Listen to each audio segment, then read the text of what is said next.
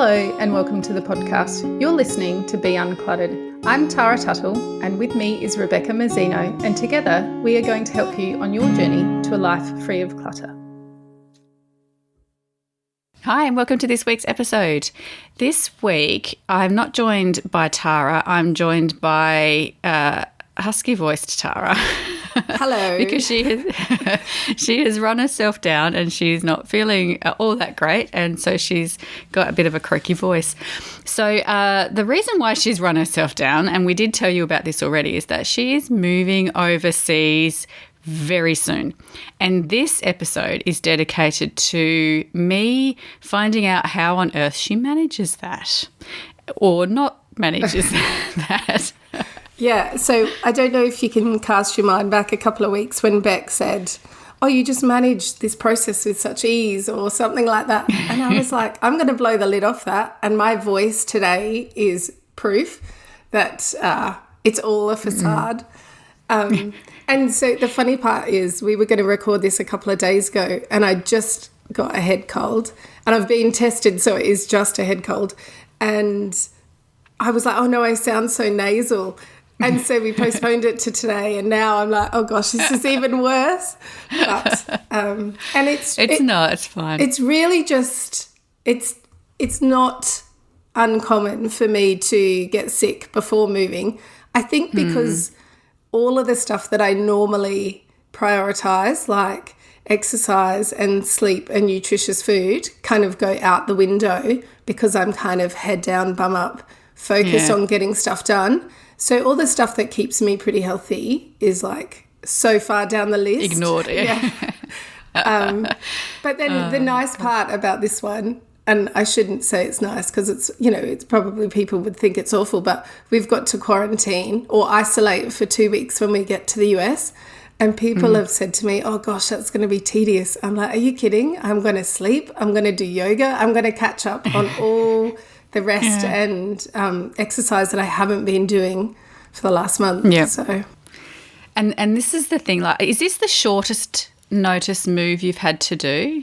Yeah, it is the shortest and the longest in terms of... Well, the longest in that you kind of knew it was coming, but you didn't get the final say-so until like almost at the last minute. Yeah, so we said yes to this posting. So we're moving from Canberra in Australia to Annapolis, which is on the east coast of the US, just like half an hour or so from Washington, DC.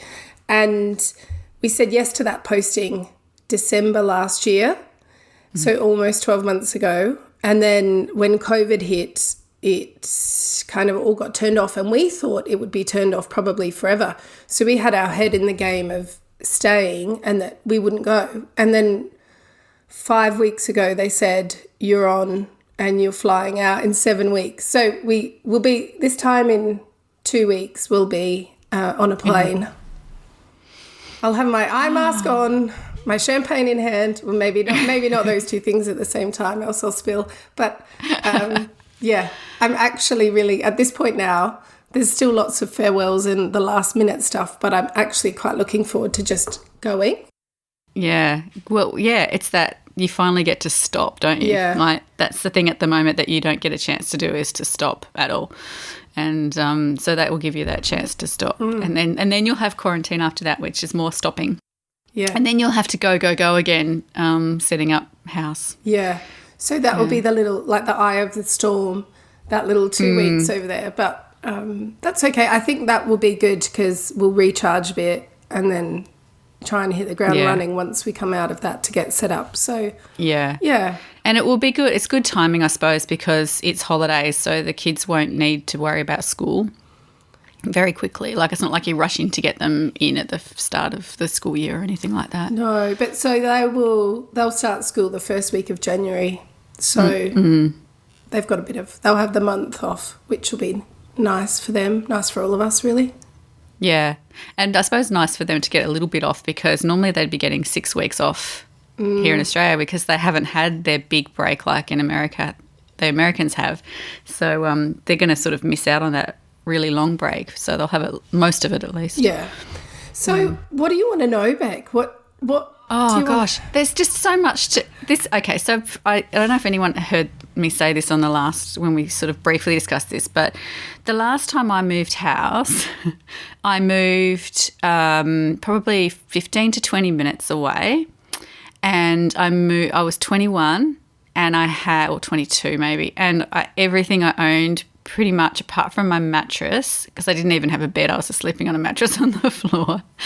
Everything I owned fit in my car. And so I barely moved. I just moved into Mick's house, which was already established, and I brought my mattress, which was newer than his mattress. So that was probably the only thing I brought. And and my clothes and like one little file of paperwork, and I think some CDs and maybe my Walkman or my Discman or whatever it was back then. I think that's like all I brought with me. So I haven't experienced a big move. I mean, we move hundreds of people, Mick's moved, 85 people into one retirement village alone. So, like, that's just one retirement. So he's like, we're moving people all the time.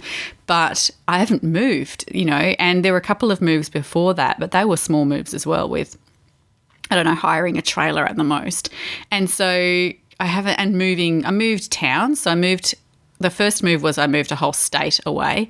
And then after that, I've just moved suburbs, and that's pretty much all I've done, like 2 or 3 times. So for you to have this huge move, I'm like, what do you have to do? And there's so many questions. So I guess like the first one is, so there's a difference between moving overseas and staying in the same country. So maybe I'll ask you those questions later, but just moving in general, what is it that you've had to think about? Like, because you do this all the time. So have you got a checklist? That's a good question. Have you got a checklist? Yes and no. I do live by lists, and I live by lists generally in life anyway, like my to-do lists and stuff like that. But it is on another level when it comes to moving. So the defence, because our moves are all with the military, they have people that kind of prompt you at different points. So we've got 2 teams working with us here. We have one in Melbourne who helps us organise some of the logistical stuff here, like the removalists coming, what days they're coming, the pre-removal inspections and that kind of stuff. And then we've got a team in the US at the embassy who are helping us with stuff like finding a house over there and filling out some of our paperwork, like customs forms and that kind of thing. So I feel like we have a little bit of a safety net. I can't fathom doing it on my own. It's nice to have someone at the other end of a phone to call and say, I don't understand this form, or like whatever. There are companies that will do that for people, though, aren't there? Like if you weren't with the military, because I think I know a woman in Adelaide who does that for people moving from overseas to Adelaide, and she helps them with that kind of stuff at this end.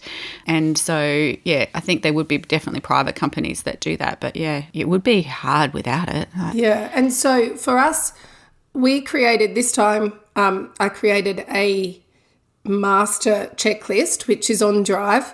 So Ryan and I and the kids and my dad and whoever else needed to see it could access it. And every time we think of something else that has to be done, I add it to the list, and then it is colour-coded by name. So if it's if there's a form that Ryan's got to fill out to do with his work over there, we'll put it on the list. It's colour-coded red for him. And then at the end, and then we've got a column with next steps. So there's some things like selling our cars, which on the list just say sell car. Sell car. Which I look at that and go, oh my gosh, where do I even start? So then I will break it down. The next steps thing, I will update that regularly. So it might be like get evaluation will be the next step. And then once that's done, I delete that and put in, list on websites, and then delete that and say, get it detailed or whatever the part of the process is. And then there's a checkbox at the end, and I spent far too long designing this, but so when you tick the checkbox, the whole item, so the checkbox turns from red to green, and then the whole item crosses itself out. So it stays there, but it puts a line through it, so it gives you that same satisfaction. of crossing things out. But it's funny because there's huge stuff on there, and then there's really tedious things like clean out the fridge. And because and I think the thing is, having that master list, whenever I have a moment and I think, oh gosh, I don't know what to do next, there's so many moving parts, I will look at the checklist and go, okay, what is still to be done? What can I do? And then if there's time frames attached to any of these things, like our customs forms had to be in early, things like organising a property manager to take over the house and, you know, have the house in a state ready for viewings for potential tenants and all of that. I'll put dates assigned to that so I know I can then sort them in priority order. So I think that master list kind of keeps me sane, because and one of the reasons I haven't been sleeping well, and look, I sleep like a dream, like 8 to 10 hours most nights without a wake up at all. But the last month has been crazy. So quite often I will be up at 2 o'clock in the morning because I've thought there's something I haven't done, or there's something I need to add, and I will get up and I'll add it to the list, I'll assign it, and then I can go back to bed and go back to sleep because it's kind of off my mind.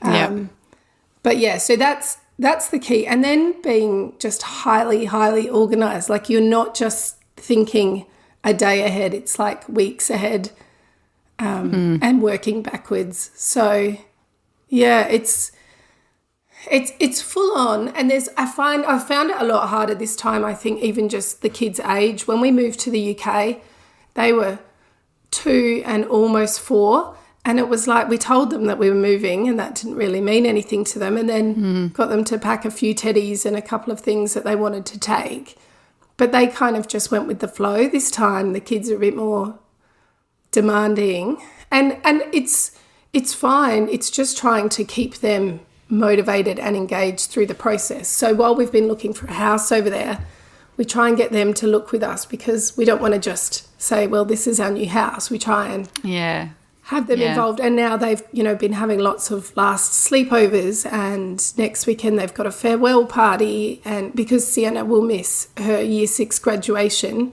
So to make that up to her, I said, we'll have a farewell party. But it's all these extra things, where last time it was just like, yep, the kids will just be wherever we are. They'll just follow behind us. This time it's like another layer, trying to keep them involved. Yeah, and to keep them excited and enthusiastic about it, because you don't want them to be stressed themselves either. You don't want them to be anxious and upset. So you sort of got to keep them up and keep yourself up at the same time. Yeah. But I suppose that is the challenge. And they are at that age where they are exerting their independence. And, so like you said, you can't just say to them, do what we say and follow. Yeah. Because that just doesn't go with tweens. The thing that I find hilarious, so the way it works for our move is we are assigned... Well, we're not even really assigned space. We're allowed to take some stuff, but the majority, I would say 90% of our stuff will stay in Australia in storage. So we take enough like linen, kitchen stuff, clothing, and then a few extras. So we'll take our bikes, we'll take our favourite board games and stuff like that. But that's about it. And then when we get over there, we will rent furniture for the house. And it's funny because I said to the kids a few weeks ago, so you guys need to tell me what exactly you would like to, take from your rooms. And bear in mind, it's a new room, it's a new location, it'll be a new school. So having some familiar stuff might make you feel good. And I don't know if I've gone too hard on the decluttering and letting go. Because my youngest was like, I just want my clothes and one teddy, and that's it. That's all she wants to take. She's like, I'm happy to start fresh. And my oldest has said pretty much the same thing, but she wanted a couple of her books that she's bought that she's not read, and one picture off of her wall. And that was it. So they've got hardly anything, and they're really excited about just buying new bed linen and redecorating a new space and all of that. And because I said to them, look, if you want to change up, we'll do it when you get there. I don't want to cart all your old stuff and then you get there and decide you want something different anyway. Want to change, yeah. So, and because the bed sizing is different over there, a lot of their bedding and stuff wouldn't fit anyway. And now they're both insisting on double beds, which, you know, I said maybe if they... It depends on the size of the room, I suppose. So that's really good. So it's nice that they're not attached, because I remember when they were littler and it was like, can you just pick a few of your teddies and a few of your dolls to come? And it was like heartbreaking watching them. It was like Sophie's choice. They need to, you know, choose their favourite child. Where this time they're so like, it's cool. This can all... And then the other thing I was like, and think about if you don't love it enough to take with you, is it even worth putting in storage here then? Because you'll come back and you'll be 3 years or 2 years older, depending how long we're there. And if you don't love it that much now, how will you feel about it when you've lived without it for 2 years? So that kind of sparked this whole decluttering movement. And now my kids look like full minimalists. Their rooms are so empty, which is awesome. But yeah, it was really surprising. I thought that would be harder. And I guess with Ryan and I, we've packed clothes and some kitchen stuff, but... You know, we're not taking over pictures, we're not taking over sentimental items, all of that stuff stays. Okay, yeah. So all of your memorabilia, all of your personal stuff, all your decorative and all that kind of stuff, that's all going to storage. Yep. The only kind of, I guess, slightly sentimental stuff we're taking, I've got one small box of Christmas stuff. So like our Christmas stockings and our advent calendar and a few things that come out at Christmas, like a tiny little box of Christmas decorations. So we've got something, especially because we'll only get into our house a couple of weeks, or not even before Christmas, 10 days maybe. And you do not want to be shopping for Christmas decorations just before Christmas. No. You don't want to be going anywhere near the shops before Christmas. No. So enough to make our place feel a little bit Christmassy for this year. Yeah. And then we'll start again next year. Oh, yeah, that's a bit exciting. You'll be shopping for Christmas stuff in January. The problem is, this is what Ryan said. He said, do you remember when you did this in the UK? Because we took no Christmas stuff there. And then I went berserk and brought all of that home. So now that's why my house looks like Santa's workshop in December, because I have 2 houses full of Christmas stuff. And he's like, are we gonna add a third lot to this? I'm like, possibly. That's okay. I'm okay with that. That's fine. Yeah, exactly. Yeah, that's your thing. There's nothing wrong with that for you. So when you have done this decluttering, have you found it difficult to decide what to take or leave, or have you found it relatively easy? You know, I used to struggle with the whole moving thing to start with, just because you kind of... It's this unique situation where you get your hands on every item in your house, and usually not in the packing, because the people pack that for you. But when you unpack and have to find a new home for everything, you realise how much excess you have, and that used to really bug me. And then so I used to kind of go through the house before we moved and ask myself if I could be bothered finding a new house for something at the new place, and that was a really nice way of thinking about it. This time, our stuff goes over air freight, so it's there when we arrive. But when we come back, whatever we've taken with us will come back via sea, so it takes 3 months. So we have to leave enough stuff home to survive for 3 months. So it's kind of, I split my linen cupboard in half. I split my kitchen in half. I take half of our glassware and leave half home, that kind of thing. You know what? I don't find it hard to decide what to take and what to leave, because I kind of only own my favourite things now. So I think last time when we went to the UK, I found it hard because I had good stuff and I had not bad stuff, but you had your special occasion items and then all your other stuff. And your everyday stuff. Yeah. And so I took my everyday stuff to the UK with the idea that we would use it and then get rid of it there. Yep. So and you not didn't bring have to bring it home. Yeah. But then I was living with a dinner set that I really didn't like. It was the wine glasses that I felt the top was too small to get my whole face into it when I'm trying to drink my wine. So the things that weren't really good enough that I didn't really like. it made me question why I had them at all. In the first place, yeah. So a lot of that stuff I replaced in the UK, brought home and then kind of reassessed and only kept my favourite things. So this time it's much easier because I've just split everything almost in two. And everything you have are your favourite things already. Yeah. So you haven't really needed to do much decluttering. It's more just deciding what's going with you and what's not, I guess. Yeah. And there's this essay by Joshua Fields Milburn, which it's pretty harsh, but it's called Walk Away, and I'll pop a link to it in the show notes. And I read this years ago, and he talks about not owning anything that you're not prepared to walk away from, like getting yourself to a place with your possessions where you're okay to walk away from all of it. Yeah. And he seems to take it to a hardcore level, which I am not at that point.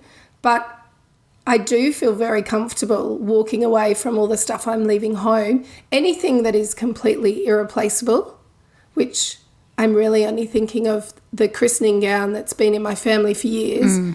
That's at my cousin's house. So if our storage container fell off the back of a truck or burst into flames or got lost, I won't be devastated. It would be inconvenient. But you'd be disappointed and dismayed, but you wouldn't be devastated, yeah. So I've kind of got myself to the point, and this is what I said to the kids as well, anything that you couldn't live without should come with us. But for me, I'm almost at the point where the only stuff I couldn't live without is my family, and all the other stuff is just stuff. So that makes it really easy then when you're going through.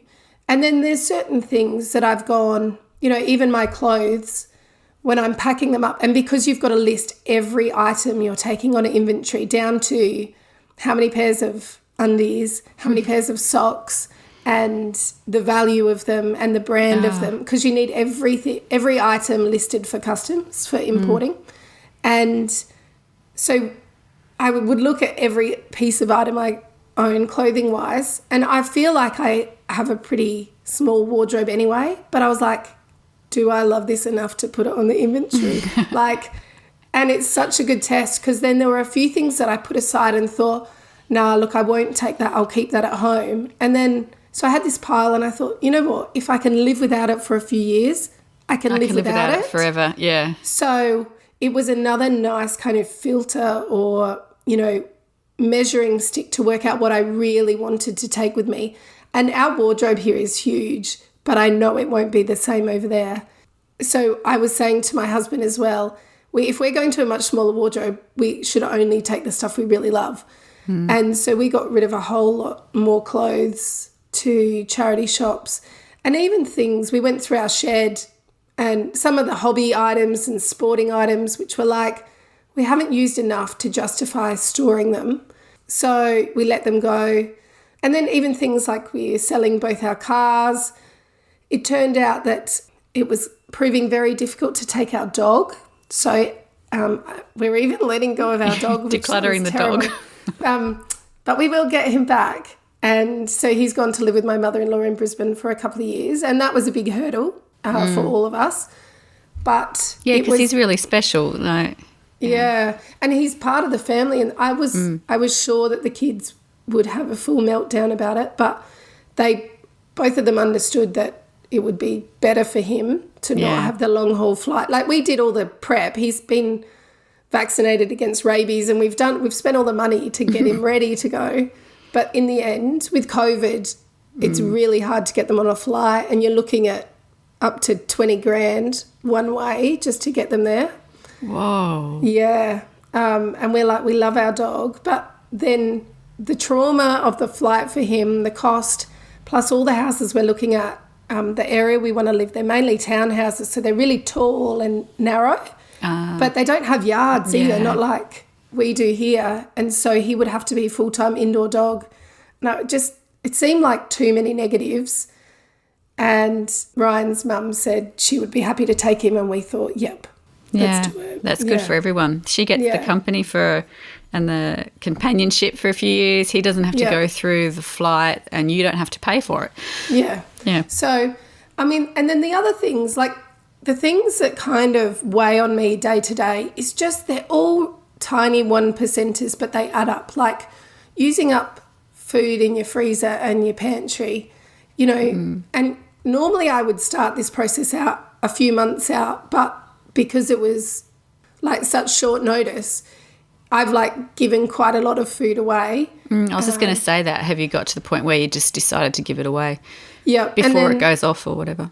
The other thing we did, with only 2 weeks to go now, we've done an order online for like convenience meals that are in the freezer. Yeah. Because I was like, breakfast and lunch is really easy. I'm happy with that. But dinners and keeping all the, you know, spices and the condiments and there's so much to it that I was like, okay, dinners we're just going to outsource.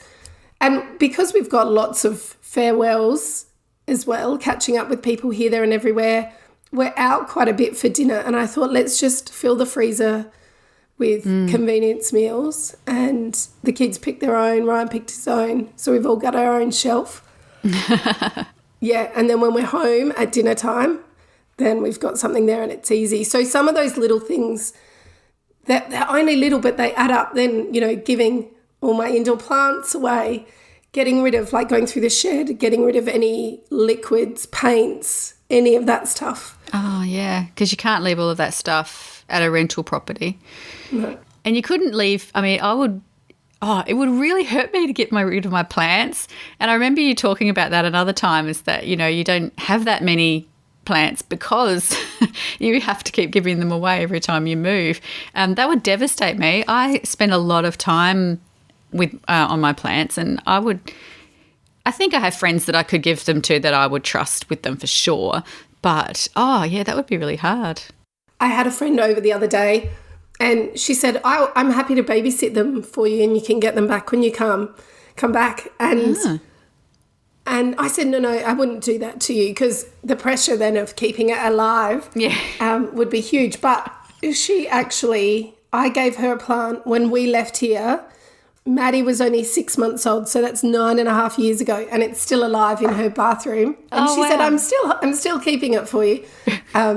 So I'll definitely give some to her, because I know she loves plants as well. Yeah. But there's all these little bits, and even my to-do list this week is a lot of paperwork stuff. So making sure we've got anything really valuable with us. So birth certificates, marriage certificates, that kind of stuff, making sure our will is up to date, and then sorting out all the other stuff like insurances, car registration, licensing. Like there's all the places you have to update addresses and stuff with. So there's lots and lots and lots of just tiny little things. Yeah.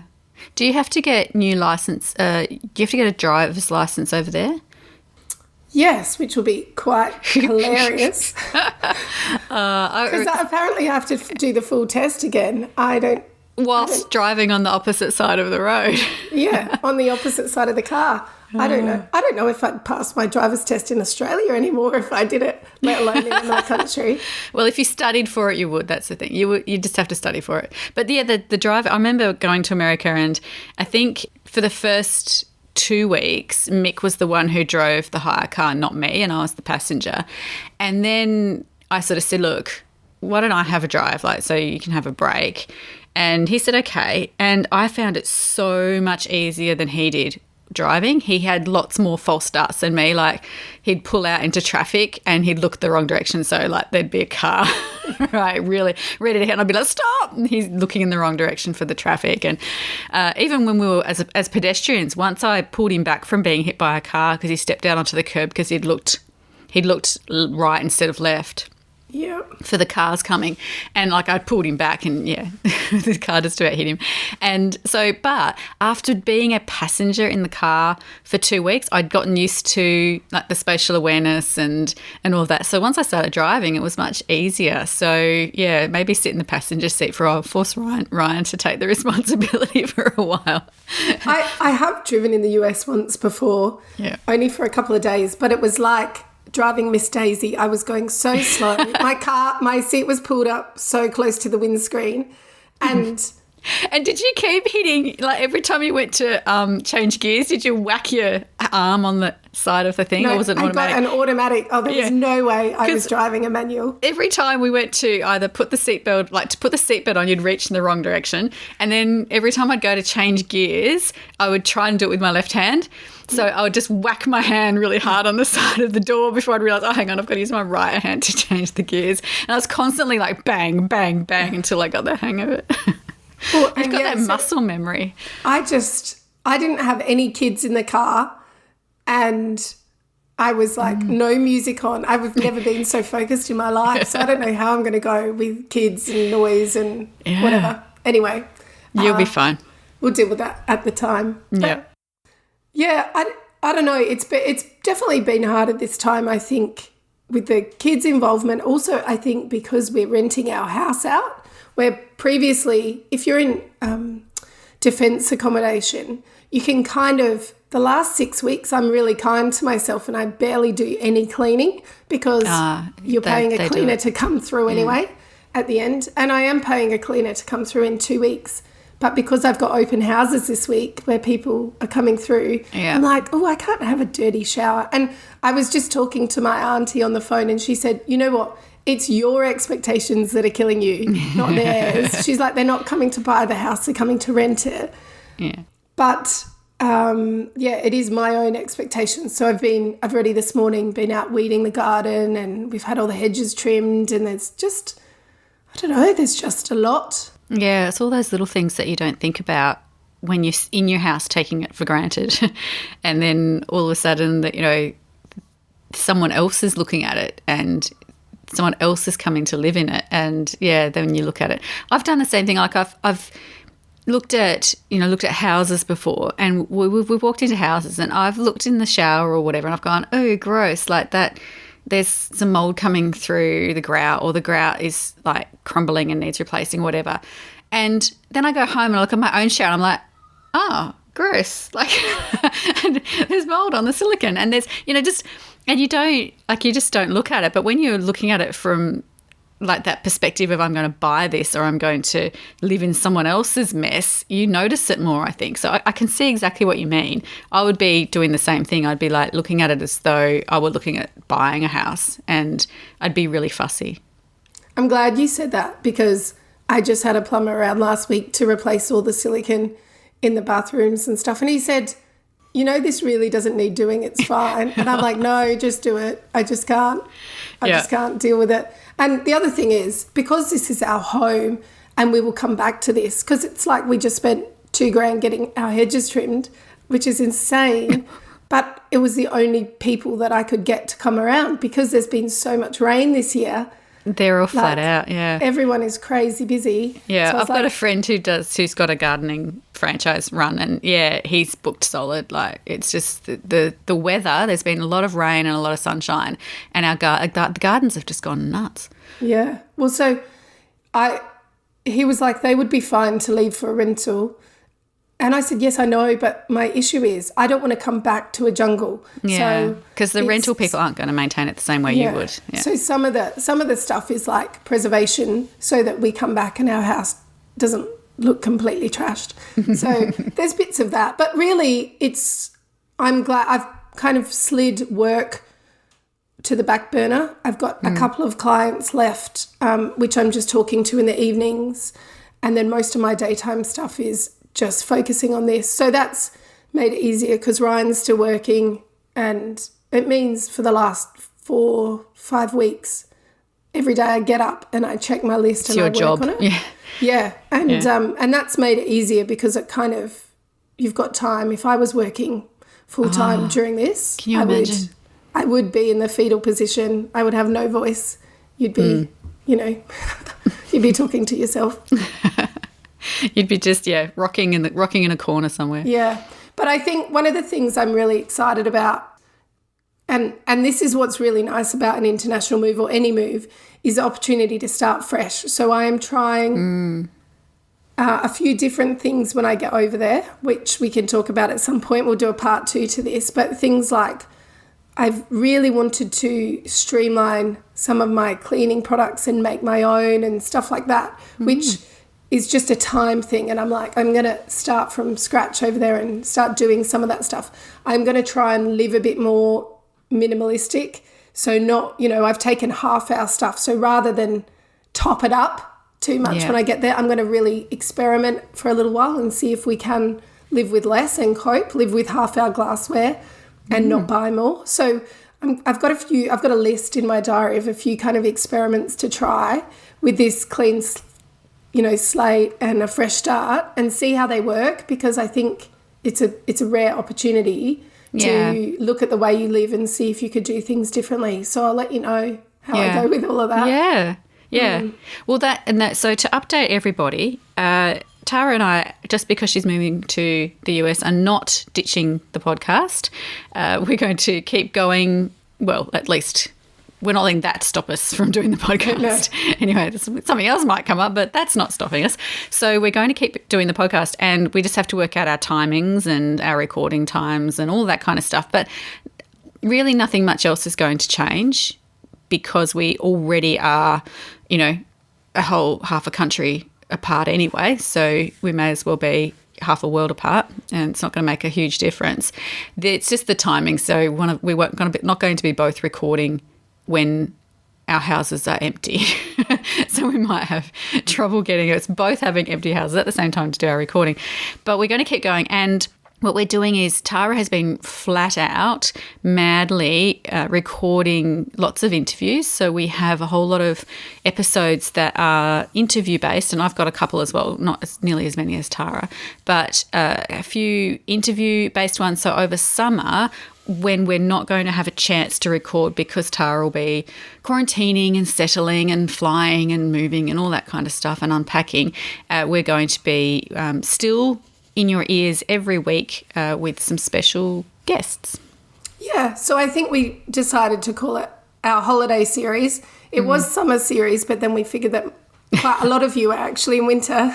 Yeah. So it'll be our holiday. Not very inclusive. Series. Yeah. The holiday series. So we'll have a holiday series where it won't be Beck and I. It won't be Tara and I on at the same time, but it'll be one of us on every week with a guest talking about all sorts of fun topics and different things. And then we'll be settling back into the normal routine in 2021. And so in the meantime, I guess if you want to catch up with us, we'll still be popping in and out of our Facebook community. So come and say hi there. And if you've got suggestions for what you want us to cover in 2021, then absolutely put your ideas in there, because we're happy to take some suggestions. Yeah. And so, Tara, I guess what I've taken from this discussion is, 1, you need as much time as possible. 2, outsource as much as possible. And 3, have a really, really big fat list. Yep. Live with your list. The list is... Sleep with it next to your bed. Yeah. The list is God for a couple of weeks. Absolutely. Yeah. Right. Well, I guess I will see you on the flip side. Hopefully with a much better voice. Yeah. Hopefully this doesn't stick around. Yeah, so you will be definitely joining everybody in the summer series, which won't be as live as we've been lately, but you'll still be around. And then, yes, with your different voice, we'll be back again chatting to each other again in 2021. So enjoy the holiday series over the next couple of months. With all our fabulous interviews, some really interesting stuff there. And we'll be back together with you in 2021. Stay safe and have a wonderful holiday season. Thanks for joining us. We'd love it if you'd leave a review or tell all your friends about us so that they too can be uncluttered. If you'd like to connect with us, you can find us at beuncluttered.com.au or on social media or on our own websites at clearspace.net.au and basklifecoaching.com.